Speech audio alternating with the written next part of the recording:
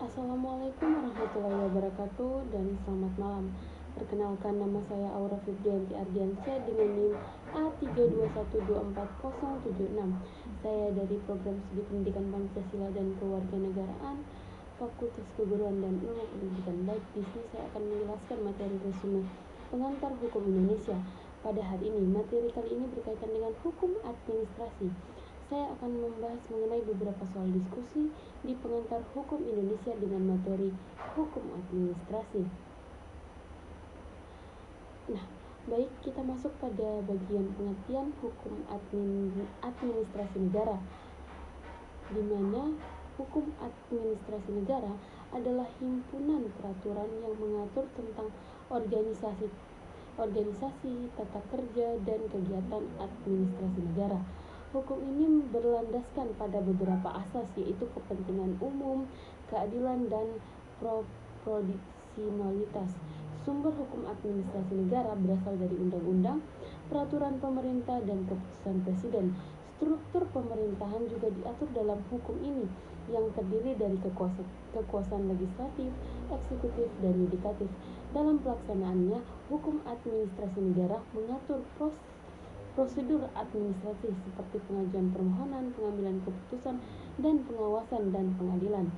Jika terjadi sengketa, dapat diselesaikan melalui upaya administrasi atau upaya yudikatif. Oke, baik. Berikutnya kita masuk pada bagian penjelasan mengenai soal diskusi hari ini. Yang pertama itu transparansi dan akuntabilitas, di mana transparansi dan akuntabilitas serta hukum administrasi negara dirancang untuk mencegah tindakan korupsi dalam birokrasi pemerintah. Namun, efek stabilitas prinsip ini sering dipertanyakan karena lemahnya implementasi dan penegakan hukum. Yang kedua itu, hukum administrasi negara memiliki dua fungsi, yaitu melindungi warga negara dan menegakkan kekuasaan pemerintah. Fungsi ini berjalan seimbang, di mana hukum administrasi negara bertujuan untuk melindungi warga negara dan sekaligus menegakkan kekuasaan pemerintah. Baik, kita masuk ke soal ketiga, yaitu fleksibilitas yang diberikan kepada pejabat administrasi dalam kebijakan publik dapat dijelaskan sebagai bentuk hukum yang hidup yang memungkinkan penyesuaian dengan keadaan yang berubah. Namun, hal ini juga dapat membuka celah penyalahgunaan wewenang jika tidak diawasi dengan baik. Oleh karena itu, perlu adanya mekanisme pengawasan dan akuntabilitas yang efektif untuk memastikan bahwa fleksibilitas tersebut tidak disalahgunakan. Baik, kita masuk kepada pertanyaan keempat, yaitu menyeimbangkan kepentingan pemerintah dan masyarakat dalam pengelolaan sumber daya alam.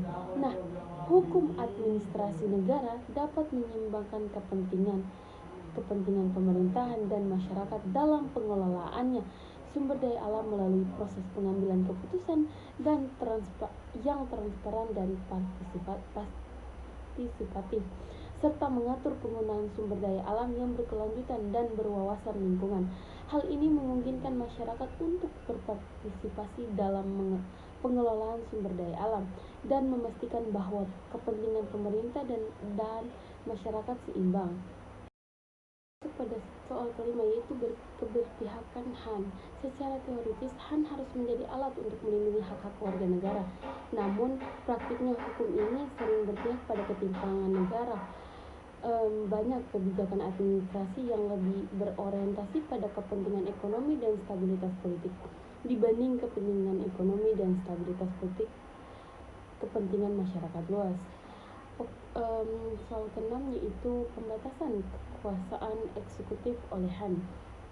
Nah, HAN memiliki mekanisme untuk membatasi kekuasaan eksekutif seperti judicial di pengadilan administrasi prinsip check and balance serta pengawasan oleh lembaga independen.